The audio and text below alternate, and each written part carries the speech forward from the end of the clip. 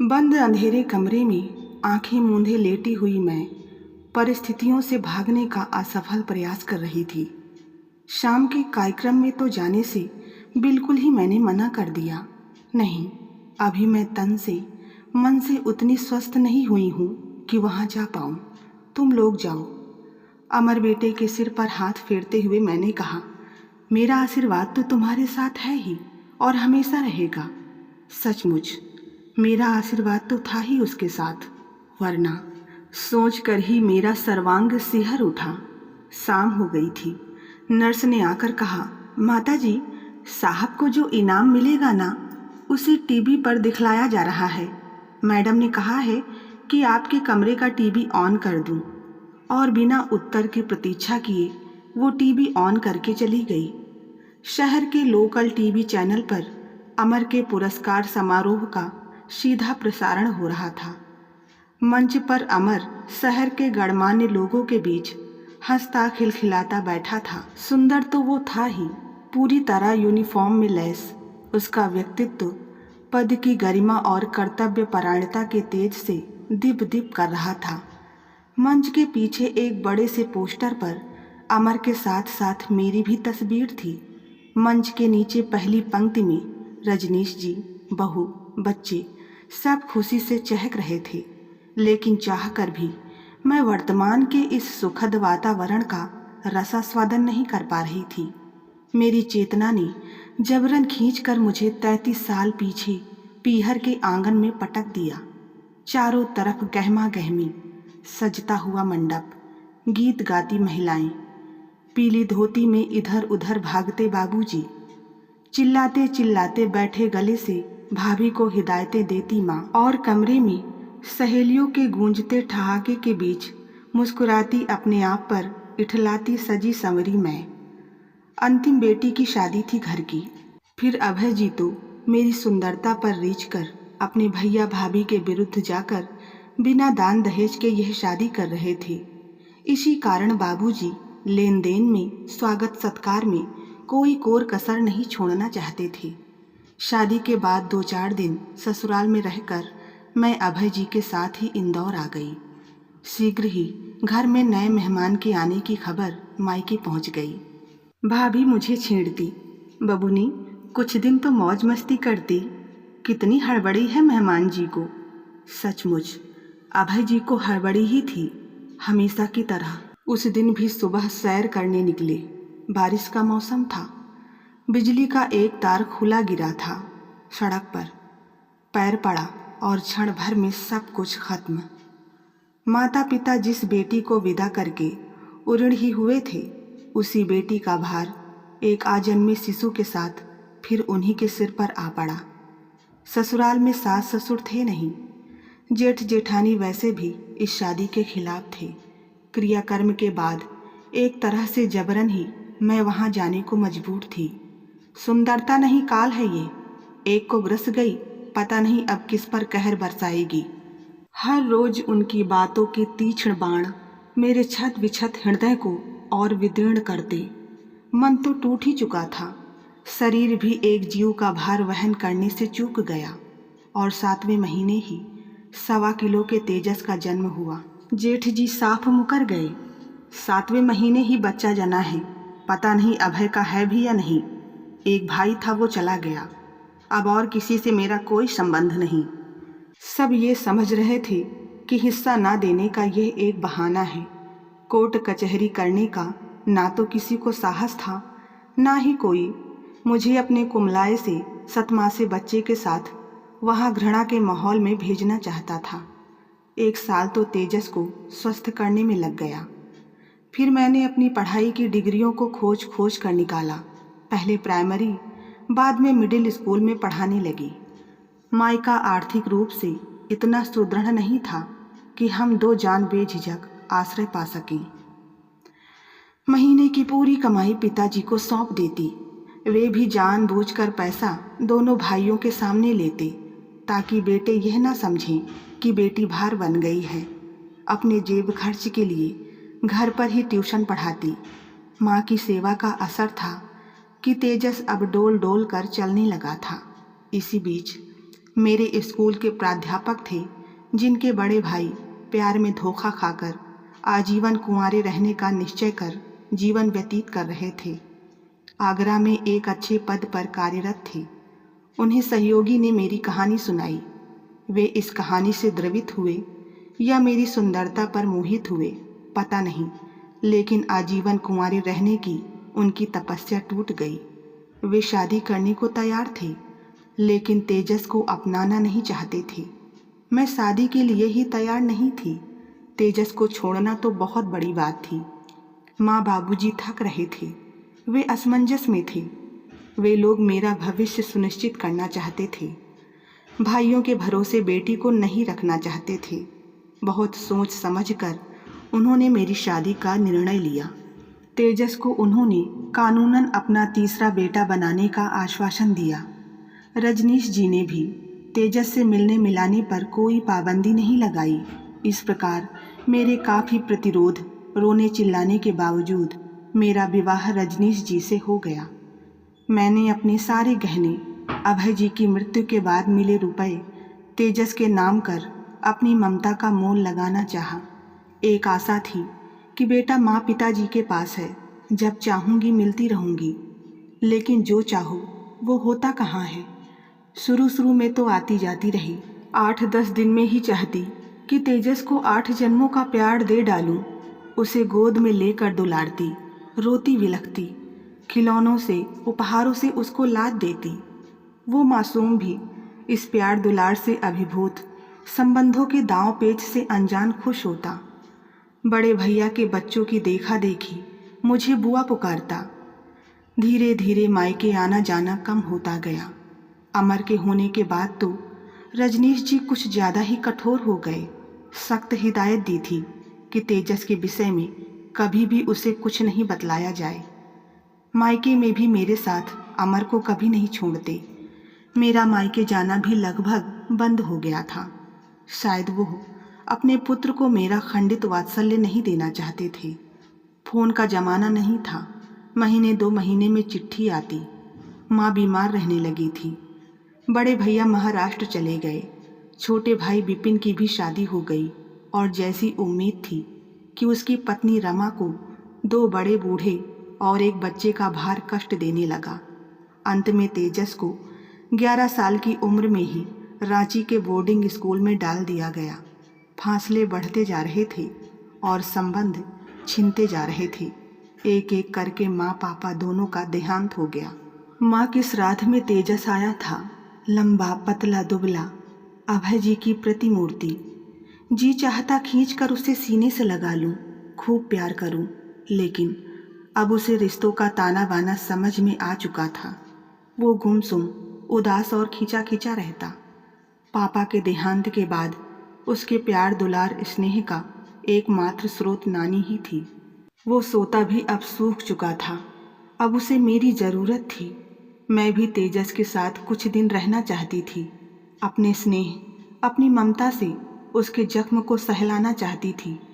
लेकिन रजनीश जी के गुस्सैल स्वभाव व जिद के आगे मैं फिर हार गई। माँ की 13वीं में अमर को पड़ोस में छोड़ कर आई थी। उसकी परीक्षा चल रही थी। जाना भी जरूरी था, लेकिन वापस लौटकर एक दर्द की टीस संग लाई थी। इस दर्द का साझेदार भी किसी को नहीं बना पाती। जब अमर को दुलारती तो तेजस का चेहरा दिखता। अमर को हंसता देखती तो तेजस का उदास सूखा सा चेहरा, आंखों पर आंसुओं की परत बिछा जाता। उसके बाद तेजस का आना बहुत कम हो गया। छुट्टियों में भी वो घर नहीं आता। महीने 2 महीने में विपिन, मेरा छोटा भाई, ही उससे भेंट कराता। वो कहता, दीदी, मुझे उसकी बातों में एक अजीब सा आक्रोश महसूस होता है। कभी सरकार के विरुद्ध, कभी परिवार के विरुद्ध और कभी समाज के विरुद्ध। इस महीने जब उससे मिलने गया था तो वो कह रहा था, मामा, जिस समाज को आप सभ्य कहते हैं वो एक निहायत ही सड़ी हुई व्यवस्था है। यहाँ हर इंसान दोगला है। बाहर से अच्छाई का आवरण ओढ़कर भीतर ही भीतर किसी का हक, किसी की जायदाद, किसी की इज्जत हथियाने में लगा रहता है। मैं इन सब को बेनकाब कर दूंगा। ये आदिवासी लोग भोले भाले हैं, यही भारत के मूल निवासी हैं और यही सबसे ज़्यादा उपेक्षित हैं। मैं उन्हें जागृत कर रहा हूँ अपने अधिकारों के प्रति। अगर मिलता नहीं है तो छीन लो, ये समाज कुछ देने वाला नहीं है। प्रगति के उत्थान के नाम पर भी इनका दोहन ही हो रहा है। इनके साथ साथ जंगल, जो इनका आश्रयदाता है, जिस पर ये लोग आर्थिक रूप से भी निर्भर हैं, उसका व उसमें पाई जाने वाली औषधियों, वनोपाज, सबका दोहन हो रहा है। अगर यही हाल रहा तो ये जनजाति ही विलुप्त हो जाएगी। मैं ऐसा नहीं होने दूंगा। मैं विपिन की बात सुनकर चौंक पड़ी। मेरा बच्चा किस रास्ते की तरफ बढ़ रहा है कहीं। फिर अचानक एक दिन खबर आई कि तेजस लापता है। विपिन ने उसे ढूंढने में जी जान लगा दी। मैं भी 1 सप्ताह तक रांची में उसके कमरे में डटी रही, उसके कपड़े, किताबें सहेजती, उसके अंतस की थाह तलाशती रही। दोस्तों ने बतलाया कि उसके लिए घर से जो भी पैसा आता उसे वो गांव वालों में बांट देता, उन्हें पढ़ाता, उनका इलाज करवाता, उनके बच्चों के लिए किताबें, कपड़े, दवा, खिलौने वगैरह लेकर आता, उनके साथ गिल्ली डंडा, हॉकी खेलता। अपने परिवार से मिली उपेक्षा, माता पिता के प्यार की प्यास ने ही उसे उन आदिवासियों की तरफ आकृष्ट किया। उन भोले भाले लोगों का निश्चल प्रेम उसके अंदर अपनों के प्रति धधक रहे आक्रोश को शांत करता और इसी कारण उन लोगों के प्रति एक कर्तव्य भावना जागृत हुई, जो धीरे धीरे नक्सलवाद की तरफ बढ़ती चली गई। तेजस का कुछ पता नहीं चला। वहाँ से लौटने पर पहली बार रजनीश जी से जमकर लड़ी थी मैं। आपके कारण मेरा बेटा चला गया, आपको मैं कभी माफ़ नहीं करूँगी। क्या मैं सौतेली माँ थी कि आपको लगा अपने दोनों बेटों में भेदभाव करती? रही बात उसके खर्च की, तो उसके पास पैसों की कभी कमी नहीं थी। उसे केवल प्यार की दरकार थी, ममता की छाँव चाहिए थी, वो भी मैं नहीं दे पाई। मेरा आंचल इतना छोटा नहीं था जिसमें केवल एक ही पुत्र का सिर समा सकता था। एक माँ का आंचल तो इतना विशाल होता है कि 1 या 2 क्या, धरती का हर पुत्र आश्रय पा सकता है। आपको आपके किए की सजा अवश्य मिलेगी। पता नहीं मेरे भीतर उस वक्त कौन सा शैतान घुस गया था कि मैं अपने पुत्र के लिए अपने ही पति को श्राप दिए जा रही थी। रजनीश जी को भी अपनी गलती का पछतावा था। शायद इसी कारण वे मेरी बातें चुपचाप सह गए। दिन, महीने, साल बीत गए। तेजस का कुछ पता नहीं चला। इधर अमर अपनी बुद्धि और पिता के कुशल मार्गदर्शन में कामयाबी की सीढ़ियां चढ़ता हुआ आईपीएस में चयनित हो गया। शादी हुई, 2 बच्चे हुए। अभी उसकी पोस्टिंग चंबल के इलाके में हुई थी। मैं और रजनीश जी दोनों ने विरोध किया, ले देकर कहीं दूसरी जगह तबादला करवा लो, लेकिन उसने भी उस चैलेंज को स्वीकार कर लिया। माँ, बड़े शहर के लोगों का दिल छोटा होता है, न शुद्ध हवा, न पानी, न खाना। यहाँ तो मुझे बहुत अच्छा लगता है। इसी वातावरण में तो मैं बड़ा हुआ हूँ, मुझे क्यों दिक्कत होगी। सचमुच 1 साल के भीतर उसकी ख्याति फैल गई। आत्मसमर्पण किए नक्सलियों के लिए अपनाले का शुभारंभ किया, जिसमें मेडिसिन सेंटर, गौशाला, फलों का बगीचा, सब कुछ था उन्हें आत्मनिर्भर बनाने के लिए। खुद मुख्यमंत्री ने इसका उद्घाटन किया था। प्रदेश में 1000 नक्सलियों ने आत्मसमर्पण किया, पकड़े भी गए। अमर का यही सुप्रयास उसकी जान का दुश्मन बन गया। उस दिन सुबह 6 बजे ही घर के हर फोन की घंटियां घनघनाने लगी। फोन उठाते ही रजनीश जी चौंक उठे और उन्हें चौंका देख मैं घबरा गई। क्या, कब, कैसे? जंगल में वो क्या करने गया था? हर प्रश्न हृदय पर हथौड़े सा प्रहार कर रहा था। क्या हुआ था उसके साथ? मेरी आवाज़ लड़खड़ा गई। तुम्हारी आह लग गई। अमर का अपहरण हो गया। वे फूट फूट कर रो रहे थे। बरसों पहले कही बात उनके मन में धंस गई थी। शायद अपनी करनी से वे भयाकांत भी थे, इसी कारण उनके मुंह से यह बात निकली। लेकिन मेरा क्या? मेरा तो हर तरफ से छिन गया। लग रहा था छाती के अंदर जो रस या खून से भरा रहता है उसको किसी ने बाहर निकालकर स्पंज की तरह निचोड़ दिया हो। टीवी के हर चैनल पर ब्रेकिंग न्यूज़ में ये खबर प्रसारित हो रही थी। दूसरे दिन अपहरणकर्ता का संभावित स्केच जारी किया गया। दाढ़ी भरे उस दुबले पतले चेहरे में भी चमकती उन दो आंखों को पहचानने में मेरी आंखें धोखा नहीं खा पाई। मैंने विपिन को फ़ोन लगाया। उसने मेरे शक को यकीन में बदला। रही सही कसर उसके नाम से पूरी हुई, तेजू भैया। मैं अमर के मुंह से कई बार ये नाम सुन चुकी थी। बहुत खतरनाक खूंखार इंसान है। इसको किसी तरह पकड़ लिया तो समझो नक्सलियों का खेल खत्म। उसने ही बारूदी सुरंग बिछाकर पेट्रोलिंग पर गए अमर को बंदी बनाया। 2 कांस्टेबल, एक ड्राइवर शहीद हुए थे। विपिन आ गया था। नक्सलियों से 2 बार बातचीत असफल रही थी। मुख्यमंत्री की अपील का भी कोई असर नहीं था। भाई विपिन के साथ मिलकर बहुत हिम्मत करके मैंने यह निर्णय लिया। मैंने कलेक्टर साहब से बात की, मुझे वार्ता के लिए भेजा जाए। पहले तो उन्होंने साफ मना कर दिया। आप, वो भी इस उम्र में, एक खूंखार नक्सली से मिलने जंगल जाएंगी? पता भी है कितनी जानें ले चुका है। बातचीत में, व्यवहार में जरा सी चूक से जान जा सकती है। मैं फपक पड़ी। ममता की कोई उम्र नहीं होती सर। भले ही वो खूंखार हो, है तो किसी का बेटा ही। एक माँ के आगे जरूर झुकेगा। मैंने रजनीश जी को भी जाने से सख्ती से मना कर दिया। विपिन मेरे साथ था।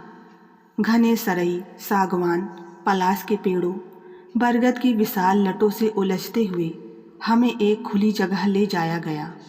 आंखें बंधी थी। अंदाज से समझ में आया कि गंतव्य आ गया है। फुसफुसाहट हो रही थी। रास्ते में 5-6 जगह हमारी जांच की गई थी। यहाँ फिर जांच हुई और पट्टी खोल दी गई। साफ सुथरी जगह में एक झोपड़ी नुमा घर था। उसी के सामने खटिया पर बैठा था तेजस। मामा को देखते ही परिचय की कौन सी चमकी, जो मुझे देखते ही विलुप्त हो गई। कितनी घृणा, कितना आक्रोश था उसकी नज़रों में। कुछ देर की खामोशी के बाद उसने साथियों को आंखों से जाने का इशारा किया। अब सिर्फ हम 3 थे। वो हमारी तरफ मुखातिब हुआ। ओह, तो वो पुलिस वाला आपका बेटा है? कहिए, क्यों आई हैं? रिश्ते का कौन सा जख्म बचा है जिसे और खरोचने आई हैं आप? आप क्या सोचती हैं मैं उसे छोड़ दूंगा? कभी नहीं, अब तो और नहीं। मुझे जन्म देकर आपने जो पाप किया है उसकी सजा तो आपको भुगतनी ही होगी। विपिन कुछ कहने को आतुर हुआ। उसके पहले ही मैं उसके पैरों पर गिर पड़ी। मुझे सजा दो, गोलियों से भून दो, आजीवन बेड़ियों से जकड़ कर अपने पास रखो, लेकिन उसे छोड़ दो। उसे मेरी गलती की सजा मत दो। मैं पापी हूँ। तुमको अधिकार है, तुम अपने सारे कष्टों का, दुखों का बदला मुझसे लो। मैं लाचार थी। तुमने एक गाय देखी है, रस्सी में बंधी, जिसे उसका मालिक दूसरे के हाथों में थमा देता है। वो चुपचाप चल देती है दूसरे खूंटे से बंधने। नहीं, गाय से मत कीजिए तुलना, वो चिल्लाया। गाय तो अपने बच्चे के लिए खूंटा उखाड़ कर भाग आती है। आप तो वो भी नहीं कर पाई। एक मासूम को तिल तिल कर जलते देखती रही। आपने एक पाप किया मुझे जन्म देकर, दूसरा पाप किया मुझे पाल पोस कर जिंदा रखने का। यह जिंदगी ही मेरे लिए नर्क बन गई। जिस जिंदगी को आप संवार नहीं सकती, उसमें जान फूंकने का आपको कोई हक नहीं था। उसका एक एक शब्द घृणा और तिरस्कार में लिपटा था। मैं गिड़गिड़ाने लगी। मैं कमज़ोर थी, सचमुच, गाय से भी कमज़ोर। तेजा मेरे बेटे, मैं माफ़ी के काबिल नहीं। मैं मरना चाहती हूँ, वो भी तुम्हारे हाथों। तभी मुझे शांति मिलेगी। बेटा, मुझे बंधक बना लो, लेकिन उसे छोड़ दो। वो तुम्हारा भाई है। खबरदार, भाई मत कहना। अगर यह वास्ता दोगी तो अभी जाकर उसे गोलियों से भून दूंगा। वो चिल्लाया। पहली बार उसके मुंह से मेरे लिए अनादर सूचक संबोधन निकले थे। वो तुम्हारा बेटा है, बस इतना ही जानता हूँ। जानते हैं मामा, वो विपिन की तरफ मुड़कर कह रहा था।